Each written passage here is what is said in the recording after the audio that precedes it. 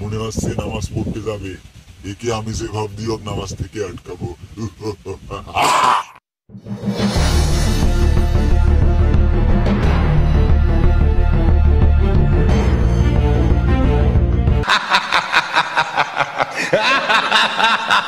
অনেকদিন আমি কাউকে আমার ফাঁদে ফেলতে পারি নাই।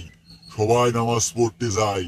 আমি আজকে যেভাবেই হোক এই রাস্তা দিয়ে যে যাবে তাকে নামাজ থেকে আটকাবো।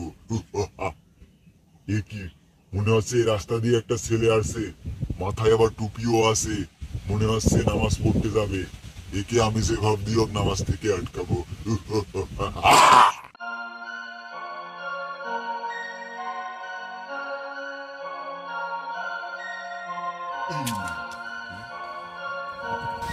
এই ফোন যে নিলি তো আমার নামাজ পড়ার বেগাত করবি না, ফোন নেবই না। ওগো মারা সারা, জয় মা তারা। তুই এই ফোন নিলি না, তোকে তো আমি নামাজ পড়তে দিব না। দেখে আমি এখন কি করি দেখ।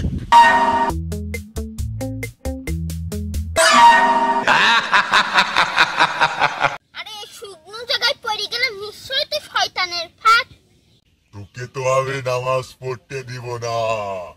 এই তো তোর এখন পা ব্যথা হবে, তুই আর নামাজে যাইতে পারবি না।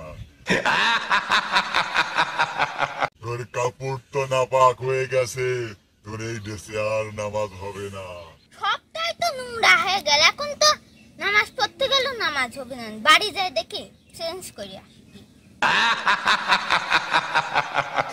তুই যা, তুই চেঞ্জ যতবার করে আসবি আমি তোকে ততবারই তোর কাপড় নোংরা করে দেব।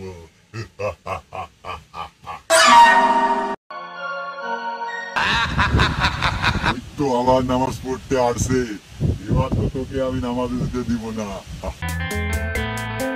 আবার তো মনে হচ্ছে আমার পিছনে শয়তান লাগেছে। আউযু বিল্লাহি মিনাশ শাইতানির রাজিম।